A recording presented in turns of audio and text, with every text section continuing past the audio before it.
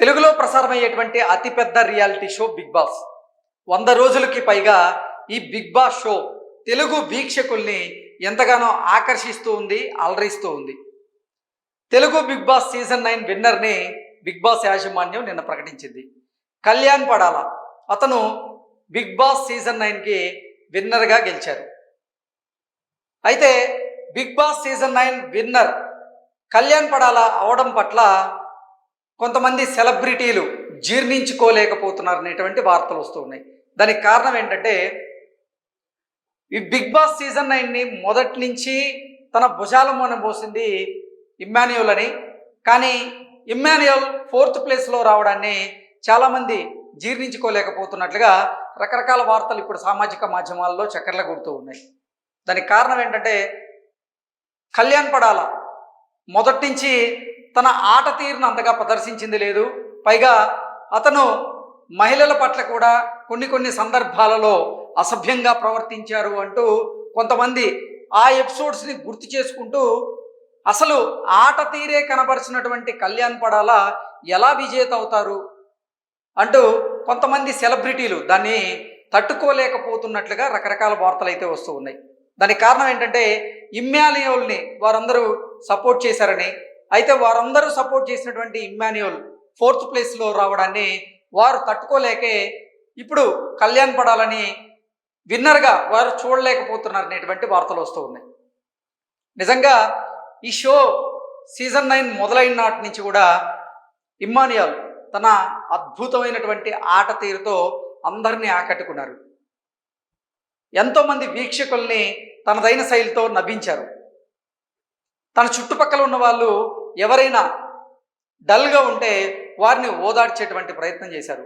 అయితే చివరి వారాల్లో మాత్రం ఇమ్మాన్యుయల్ తన స్వార్థాన్ని బయటపెట్టాడని, తను తొడిగినటువంటి ముసుగు ఏదైతే ఉందో అది బయటపడింది అన్నట్లుగా చాలామంది కళ్యాణ్ పడాల అభిమానులు ఇమ్మాన్యుయల్ని టార్గెట్గా చేసుకొని అతని వ్యక్తిత్వం మీద కొన్ని పోస్టులు పెడుతూ ఇతను సెల్ఫిష్, ఇతను గెలవకూడదు అంటూ రకరకాలుగా ప్రచారం చేశారు. సో సేమ్ ఇప్పుడు ఇమ్మాన్యుయల్ని సపోర్ట్ చేసినటువంటి కొంతమంది సెలబ్రిటీలు కళ్యాణ్ పడాల అతను విజేత అవ్వడాన్ని తట్టుకోలేకపోతున్నారని. దానికి కారణం ఏంటంటే, అసలు కళ్యాణ్ పడాల సరైనటువంటి ఆట తీరు ప్రదర్శించలేదు, అతను ఎవరిని అలరించలేదు, ఆకట్టుకోలేకపోయాడు, అతను ఎప్పుడు అమ్మాయిల చుట్టూ తిరిగేవాడు అంటూ కొంతమంది వారి అభిప్రాయాలను వ్యక్తం చేస్తున్నట్లుగా రకరకాల వార్తలు అయితే వస్తూ ఉన్నాయి. నిజంగా దీన్ని కూడా కళ్యాణ్ పడాల అభిమానులు అయితే ఖండిస్తూ ఉన్నారు. కళ్యాణ్ పడాల చివరి వారాల్లో చాలా అద్భుతమైనటువంటి ఆట తీరును ప్రదర్శించారు. అద్భుతమైనటువంటి గేమ్ స్ట్రాటజీని ఆయన ప్లే చేసి గెలిచారు. ఆయన ఒక మిలిటరీ మ్యాన్గా కూడా ఉన్నాడు, అందరికీ తెలుసు.